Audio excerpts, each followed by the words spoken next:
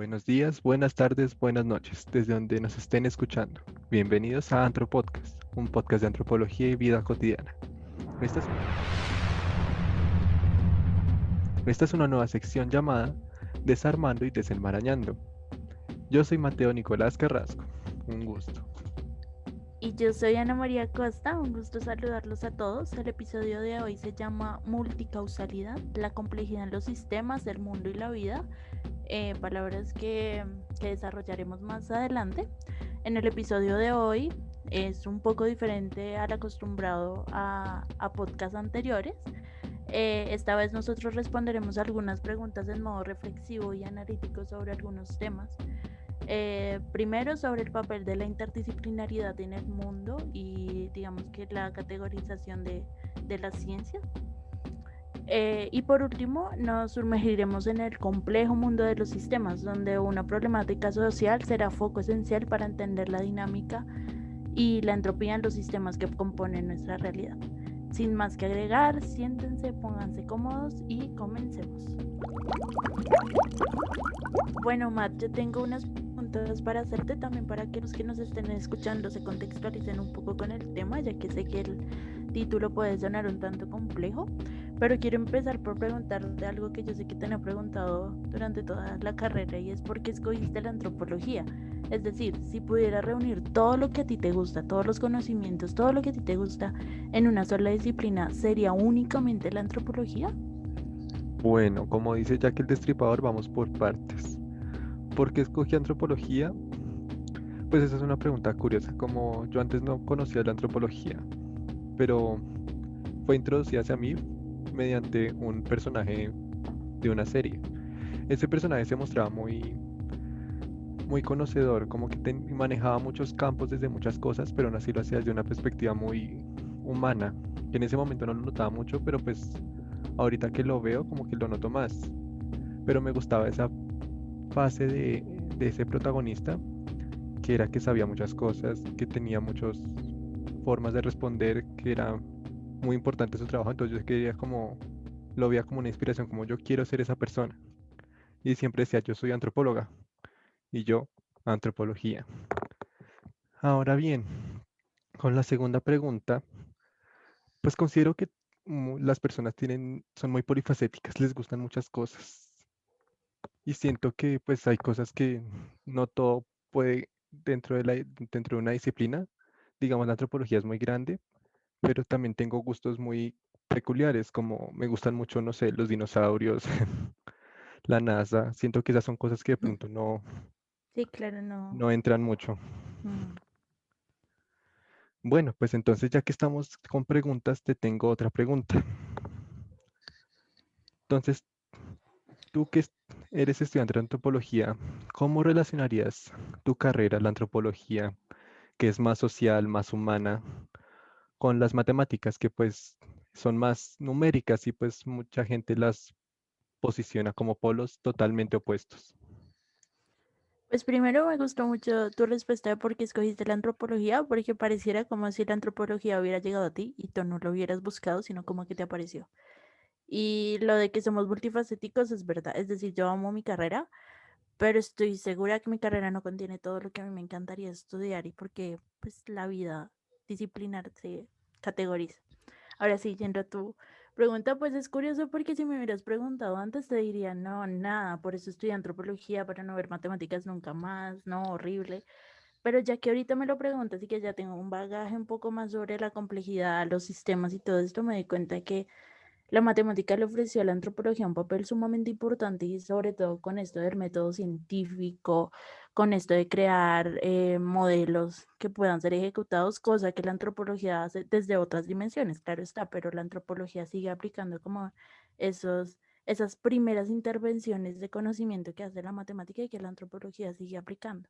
Y además que, digamos que viendo un poco y reconstruyendo un poco la historia de la matemática, uno se da cuenta que la matemática es hija de su tiempo y surge en un momento histórico determinado y, y digamos que se construye a partir de pensamientos de un momento histórico determinado, como por ejemplo Galileo y todo el dilema con Galileo es muy histórico social de pleno renacimiento y eso, pues, digamos que Galileo para mí es el punto clave de entender la relación entre la matemática y la antropología y de entender el mundo como un sistema de muchísimas cosas. Entonces eso me parece importante. Pero sí, gracias por tu pregunta, Matt. ¿Qué tal si pasamos al siguiente ítem de nuestro podcast? Me parece excelente, pero sin antes mencionar que también uno me gusta esa respuesta porque si es como, le dicen como si uno intentara escapar de las matemáticas al estudiar una ciencia social y es como todo lo contrario, te adentras mucho más en varios mundos que tú dices que no tienen nada que ver, pero encuentras que todo tiene una relación con todo. Sí, total, tienes toda la razón. Entonces, sin más que agregar, pasemos al siguiente apartado. Listo, vamos. Bueno, entonces para nuestra sección de este podcast, lo que vamos a hacer y para aclararle a nuestros oyentes es que la dinámica va a funcionar así. Nos basaremos en dos preguntas que serán las articuladoras de nuestra discusión y que aparte nos servirán para desarrollar el maravilloso mundo pues, de los sistemas complejos y para contextualizar un poco cómo está toda la temática en torno al título. Entonces, no sé si Matt quiere hacernos la primera pregunta. Con gusto. La primera pregunta es, el universo no se nos presenta por disciplinas, pero ¿se puede limitar disciplinarmente? ¿Qué ventajas y desventajas considera usted que tiene la mirada disciplinar, tanto como la mirada multidisciplinar para el trabajo interdisciplinar? Bueno, esta pregunta es extensa. ¿Cómo Sí, responderías? digamos que suele ser un poquito trabalenguas, un poquito difusa, pero al final no es tan confusa. Dímelo a mí. Quiero, sí, quiero empezar diciendo que, pues, digamos que cuando uno empieza a estudiar en la universidad, todo está estrictamente categorizado, estrictamente disciplinarmente categorizado. Es decir, lo que estudia la antropología no lo puede ver un contador nunca en su vida y lo que estudia un contador nunca en su vida, un antropólogo lo va a ver en una materia. Digamos que el mundo del conocimiento está siempre categorizado. Pero entonces, mediante uno va avanzando en la carrera y en la vida y en el mundo y en la sociedad, se va dando cuenta que uno no puede categorizar nada porque todo está conectado con todo. Entonces, para mí como antropóloga es supremamente difícil estudiar la población sin contar cuántos son en una población. Y eso ya no es de mi disciplina, por ejemplo. Y ahí me doy cuenta que, pues, digamos que categorizar es muy difícil porque entonces uno dice que pertenece a la antropología y que pertenece a la psicología, por ejemplo, porque no se relacionan. Digamos que esa conversación entre disciplinas a mí me parece fundamental y también ver los problemas de la vida cotidiana del mundo, no con una sola mirada, sino con un grupo de trabajo que tenga múltiples miradas. No sé qué piensas tú, Man. Pues me parece muy interesante lo que dices, digamos, lo de la conversación también me parece fundamental y también como que esa necesidad de la división. Cuando entras a la universidad te explican como esa división es esa especialización, como que tú no puedes abarcar todo con una mano. Entonces te dicen que hay que especializar las cosas, hay que dividir todo y categorizar todo.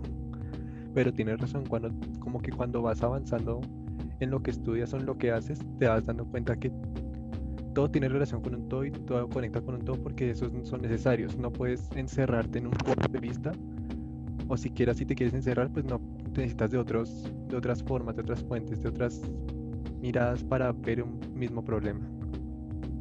Sí, yo estoy muy de acuerdo con lo que dices y apuntas a algo esencial, es que evidentemente no podemos estudiarlo todo, o sea, no podemos todo saber sobre todo porque es humanamente imposible y porque la especialización en nuestra sociedad también es necesaria. Pero digamos que crear, digamos, investigaciones o conversaciones, digámoslo de esa forma, entre disciplinas es fundamental. Es decir, siempre ha habido, digamos que la perspectiva entre que estudia la antropología y que estudia la sociología, y ahorita la conversación va más allá de eso, va más allá de cómo yo puedo trabajar con un ingeniero, con un matemático, con un filósofo y una pedagoga en una misma situación. Y no tiene que volverse un campo de batalla sobre quién tiene la razón, sino es un problema visto desde múltiples puntos de vista Y es fundamental hacer eso porque sería muy triste todos viendo lo mismo de un problema que es tan variado, tan dinámico, que tiene tantas cosas. Y además, digamos, aquí hablan un poco de nuestra universidad. Digamos que esta interdisciplinaridad es chévere porque pues yo veo cositas de psicología, de trabajo social, digamos que es interesante, pero también nunca puedo ver nada de contaduría, por ejemplo, o de hotelería y turismo. Nunca puedo ver una materia de ellos. Entonces uno dice, ¿por qué no? Si a la larga puede relacionarse. Sí, son como piezas de un rompecabezas. Me lo hiciste pensar, es como cada uno tiene una pieza importante para ese problema que intentamos resolver. Tal vez no sea el mundo del conocimiento, pues porque como lo dijiste, el conocimiento es inmesurable para el humano. Y me hiciste caer en cuenta una cosa, que esa interdisciplinaridad que vemos va hacia una misma rama, las ciencias sociales. Como que no lo había visto en ese punto de que no estamos viendo, no estoy viendo economía, no estoy viendo leyes, no estoy viendo, no sé, Ujú. turismo. Es una interdisciplinaridad hacia un mismo enfoque, que es la sociología, que es lo social y lo humano.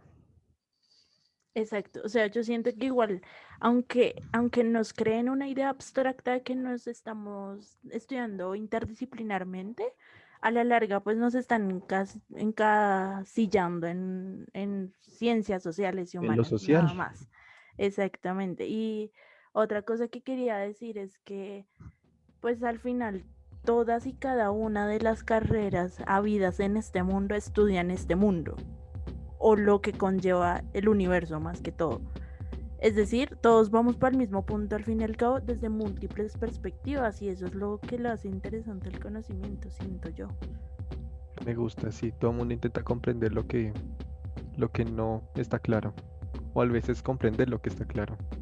Sí, exacto. Siento que ya para resumir, siento que la disciplinaridad fue una forma como estratégica de estudiarlo todo, pero al final se volvió un problema porque categorizó los conocimientos y aunque se pueda categorizar la ciencia, el conocimiento no.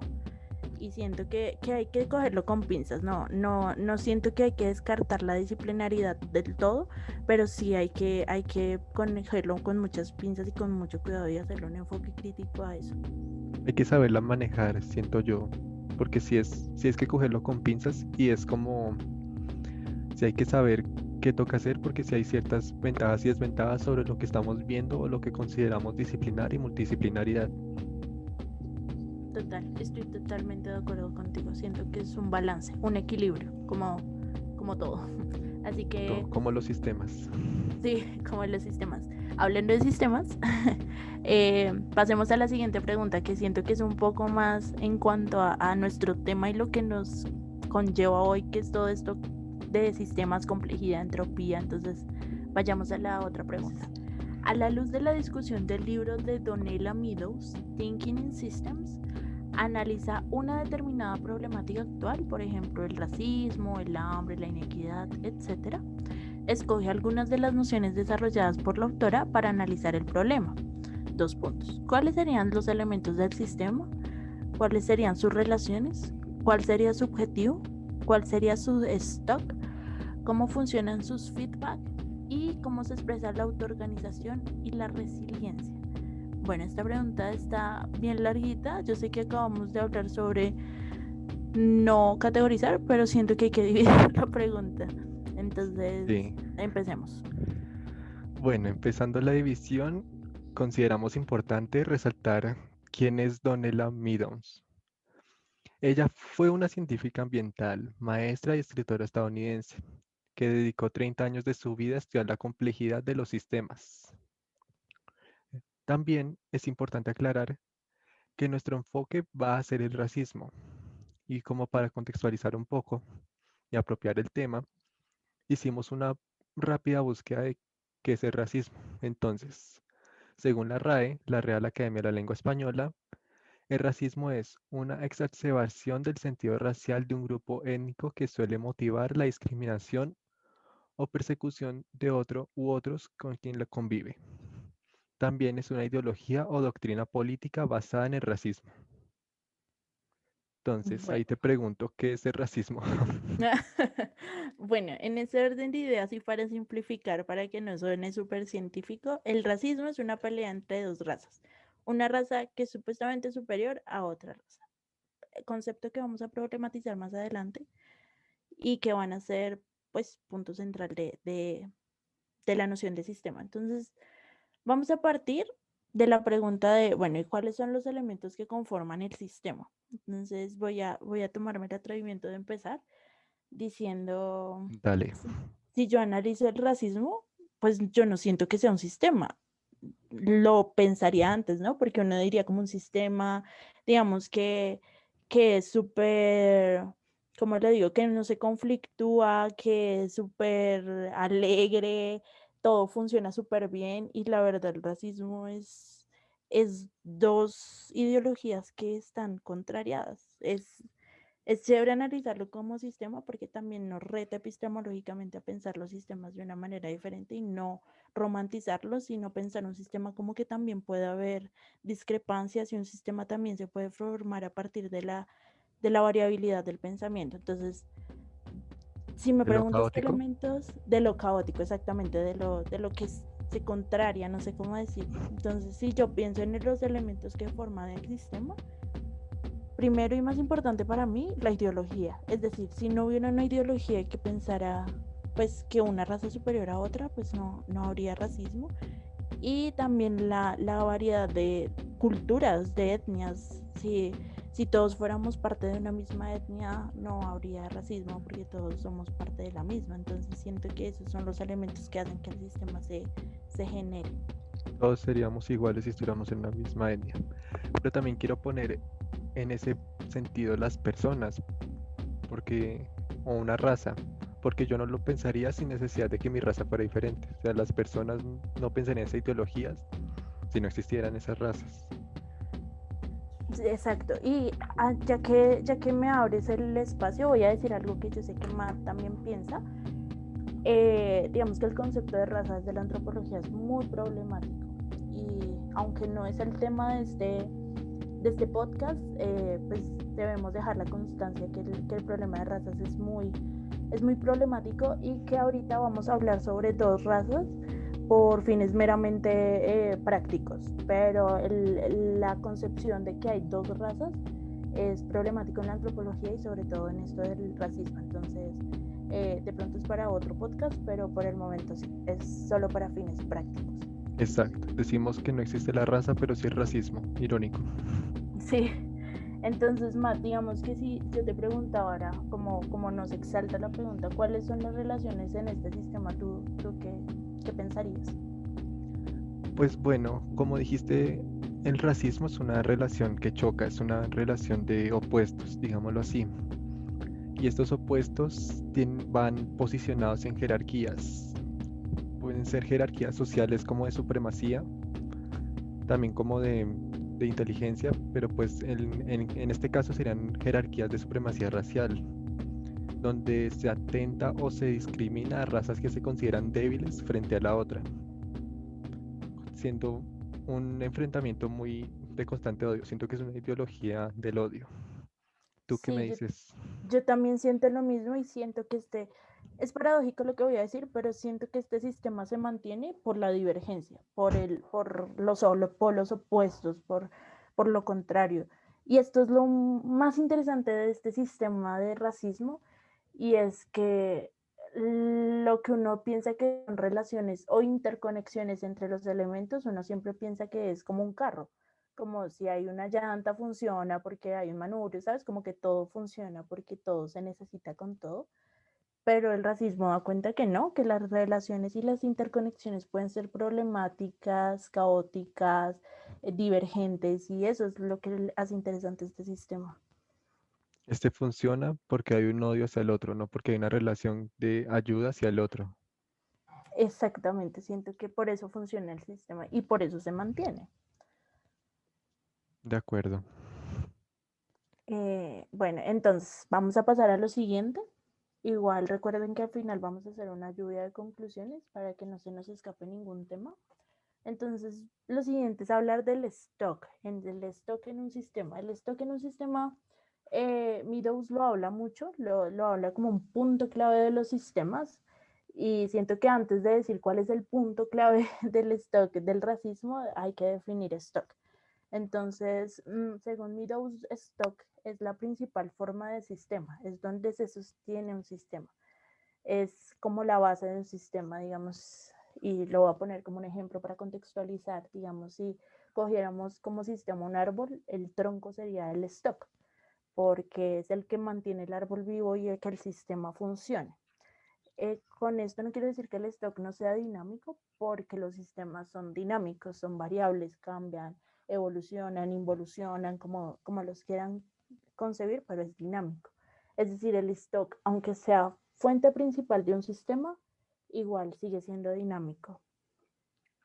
También quiero mencionar que ese stock es retén de información, como esa memoria que da evidencia de esos cambios que han pasado en el sistema, porque un sistema no es estático, como lo mencionaron, tiene cambios, evoluciones, si se le quiere decir así. Entonces, ese stock sería esa fuente de información que me permite ver cuáles son los cambios. Si nos vamos al ejemplo del árbol, la madera puede contarte cuántos años lleva el árbol o, o si se quemó, si es negro, si es blanco, etcétera. Sí, exacto. Entonces el stock, la verdad, suele ser como la principal, es decir, ¿cómo identificamos un stock? Cuando quitamos eso del sistema y deja de ser el sistema. O sea, si yo quito el tronco del árbol, deja de ser un árbol automáticamente. Digamos, como un poco para identificar. Y ahora sí metiéndonos en nuestro tema, hablando un poco con Mati, discutiendo acerca del stock del racismo y también leyendo un poco el libro, nos damos cuenta que el stock tampoco tiene que ser físico, es decir, no tiene que ser tangible, palpable, sino que puede ser un concepto que mantenga todo un sistema vivo. Teniendo eso en cuenta, nosotros dijimos, listo, el stock del racismo, digamos, sería la ideología del racismo. Me hago explicar. Si no hubiera ideología sobre que hay una raza superior a otra, no existiría el racismo. Entonces, lo que sostiene, digamos, que el mismo racismo es la idea de superioridad de razas. Exacto. Y esta, aunque la ideología pueda ser algo no palpable, que sea abstracta, se evidencia en muchas formas. La ideología ha cambiado, ha evidenciado ese cambio, me ha permitido saber cómo se pensaba y cómo se piensa actualmente, porque el racismo sigue siendo un gran problema. Exactamente. El racismo, digamos que lo interesante es que ha traspasado los límites históricos, que sigue sucediendo hoy en día y que sigue sucediendo porque hay gente que todavía cree que hay una raza superior a otra. Y eso es el stock del racismo, la ideología de superioridad. Siento que ese es como el punto clave. Estoy de acuerdo contigo totalmente. Listo. El siguiente sería el feedback. También, también sería prudente hacer una contextualización de qué es un feedback. Un feedback se puede definir como ese momento histórico que es determinada la relación de la divergencia con sus partes, con sus relaciones. Es una relación armónica o no armónica. En este caso, podríamos decir que no es armónica, como mencionamos anteriormente, que su naturaleza es el desorden. Y pusimos, por ejemplo, el odio. Sí, con lo que dice Matt, digamos que para entender un poco esto de feedback lo contextualizamos a bucle. Digamos que el feedback es lo que hace un sistema para que este sistema no muera. Entonces, un sistema lo entendemos dinámico y el sistema funciona y es vital porque tiene partes y relaciones que hacen que no muera. Entonces el feedback es esa cosita que hace que no muera un sistema, digamos, que hace que siga funcionando y que siga siendo vital y que siga, digamos que sí, Que se funcionando, mantenga en entre otras equilibrio. palabras, que se mantenga en equilibrio. Pero entonces es interesante esto porque pensando en el racismo decimos, bueno, ¿qué es eso que mantiene en equilibrio el racismo? Digamos, ¿qué es eso que hace que el racismo siga existiendo y que se mantenga y que sea dinámico y que pase todo el tiempo histórico y siga existiendo? Digamos que lo más interesante de esto es dar cuenta que lo que mantiene el sistema del racismo es, digamos que la anticomplicidad, digamos que la divergencia, que otra persona piense que es superior a mí por su raza y que yo piense que yo soy superior a otra persona por su raza, es lo que mantiene el sistema. Pensar, digamos que estas relaciones divergentes o contrariadas o polos opuestos hacen que el sistema se mantenga. Y es chévere porque entonces nos damos cuenta que el sistema no es una cosa armónica, romántica, natural, sino que también un sistema se puede basar en el odio y en la contrariedad, Su equilibrio, es el desequilibrio. el desequilibrio dentro del equilibrio, porque lo que Ujú. mantiene en equilibrio el racismo es que nadie esté de acuerdo en que todos somos iguales.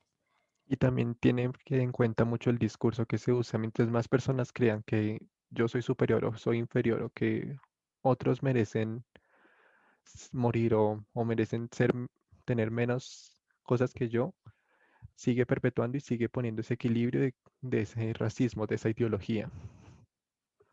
Total, estoy totalmente de acuerdo. Digamos que también hablar de este feedback o bucle, como lo quieran llamar, tampoco es establecer que el racismo es vitalicio y que traspasa todo y que siempre va a vivir, sino que también nosotros con Matt dijimos, bueno, ¿qué es lo que reta al racismo? ¿Qué es lo que puede acabar con el racismo, digamos? ¿Qué es lo que hace que el racismo como sistema se ponga en emergencia, en alerta? ¿Qué es lo anormal? ¿Qué es lo caótico dentro del caos? Si me hago entender. Entonces, digamos que pensando un poco en esto, dijimos, bueno, igual actualmente hay muchas marchas y movimientos antirracistas que hacen que el racismo se ponga en emergencia, que el racismo se tumbe un poco como sistema y que tenga que hacer muchas cosas para que siga existiendo las marchas, el creer que todos somos iguales ante la ley y ante el mundo, hace que el sistema entre en emergencia y colapse un poco. Y con eso queremos decir que no todo sistema es vitalicio infinitamente. Exacto. Así como hay un discurso mencionado anteriormente de odio, también puede haber un discurso de equidad, de igualdad y de respeto. Eso que pone, esos dos choques que se ponen como dos sistemas de choques que ponen en tensión una con la otra. Exactamente. Bueno, para no alargar más el cuento, vamos a ir, nos faltan dos partecitas y continuamos con las conclusiones. Entonces, lo siguiente que nos hace la pregunta es analizar el sistema del racismo en la resiliencia. Digamos que hablando un poco de la palabra resiliencia quiere decir que, digamos que puede superar situaciones traumáticas, adversas, siento que todo el mundo lo hemos escuchado, como de que una persona es resiliente porque superó algo que pudo ser muy traumático, muy dramático, digamos que es la capacidad de resistir ante las adversidades. En ese orden de ideas, pues digamos que, como lo hablamos anteriormente, los sistemas también tienen resistencia, es decir, porque el racismo ha resistido a las marchas y movimientos antirracistas. Y digamos que la resiliencia del sistema del racismo para superar esta emergencia es cuando más gente cree que el racismo es real. Es decir, cuando muchas personas empiezan a creer que el racismo y la superioridad, qué pena, de razas es verdad, es cuando el sistema se mantiene y se estabiliza a partir de la emergencia. Y, y esto se ha demostrado a través de la historia varias veces. Y lo más curioso es que esto se hace en un nombre de un bien común, como si estas otras razas que no son superiores fueran una plaga o algo que se tiene que erradicar. Y lo curioso es eso, que se hace en el nombre de un bien común de una sociedad. Como que ese discurso de que esto lo hago por ti y para nosotros, es ese discurso que te hace creer como que, ah, sí, como que siento que esa es una parte importante de por qué es tan resiliente estos días, por decirlo así. Sí, total, y porque digamos que ahorita que lo dices como un momento histórico, yo pienso pues la Segunda Guerra Mundial surge a partir de eso.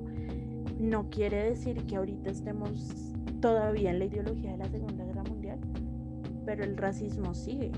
En otro momento, como decimos anteriormente, el sistema es dinámico y se adapta a las condiciones del entorno, pero sigue existiendo y sigue persistiendo porque hoy por hoy sigue habiendo gente que cree que son superiores a otros por sus cualidades físicas. Y eso es lo que mantiene que el sistema pues sobreviva, así uno le parezca loco. Absurdo.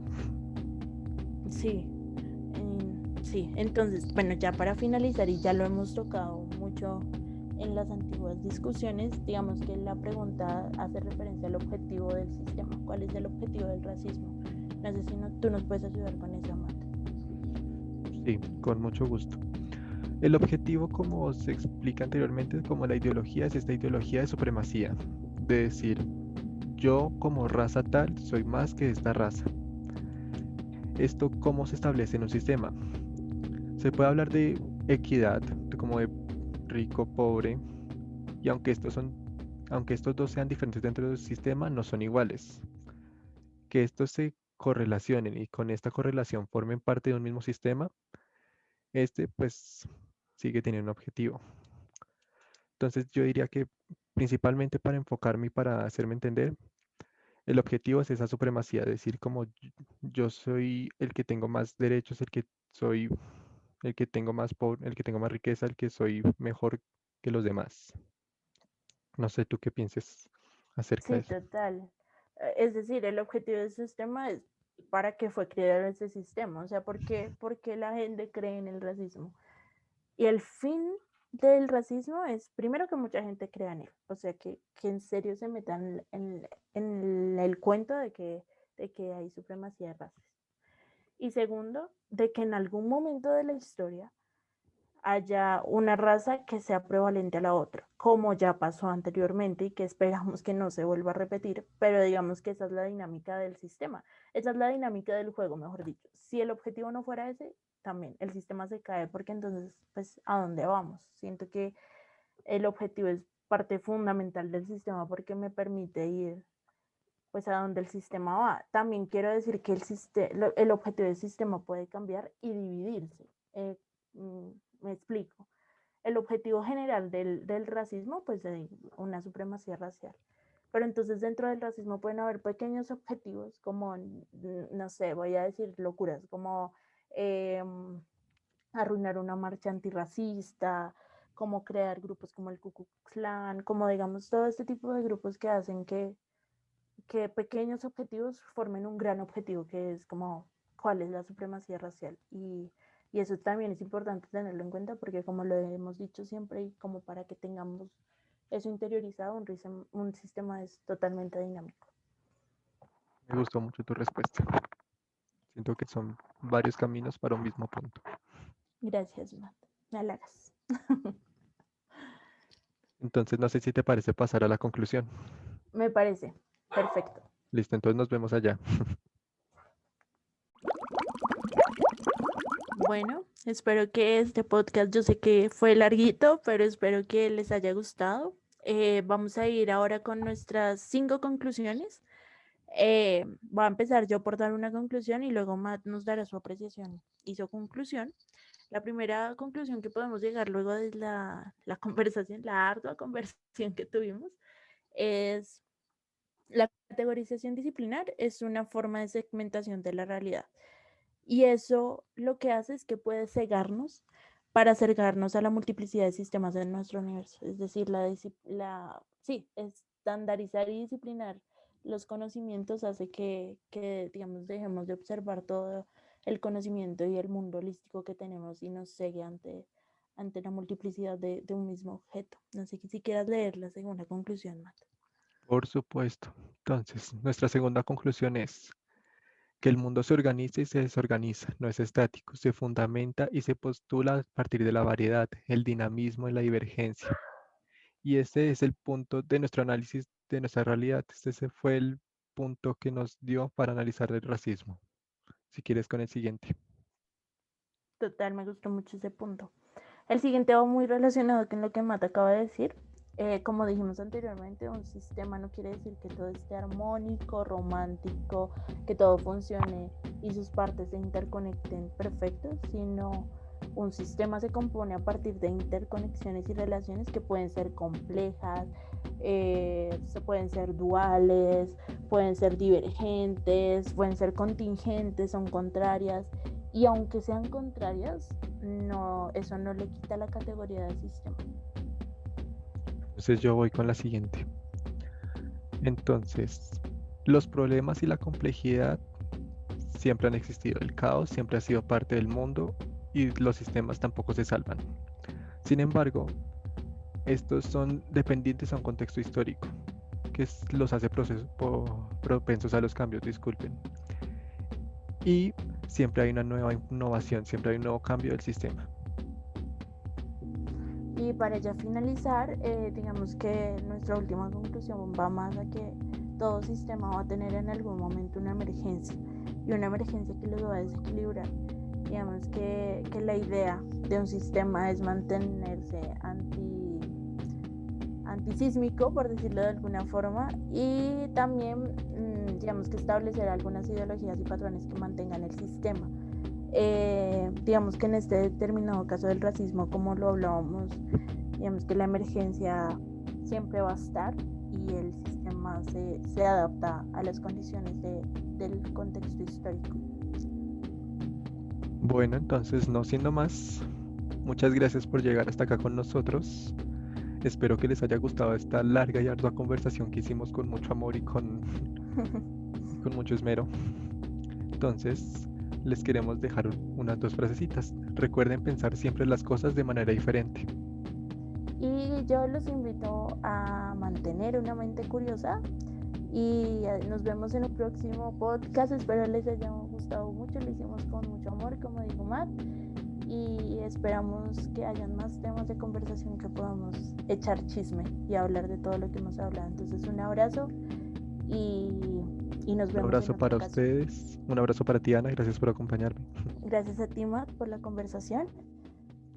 Nos despedimos, chao, chao.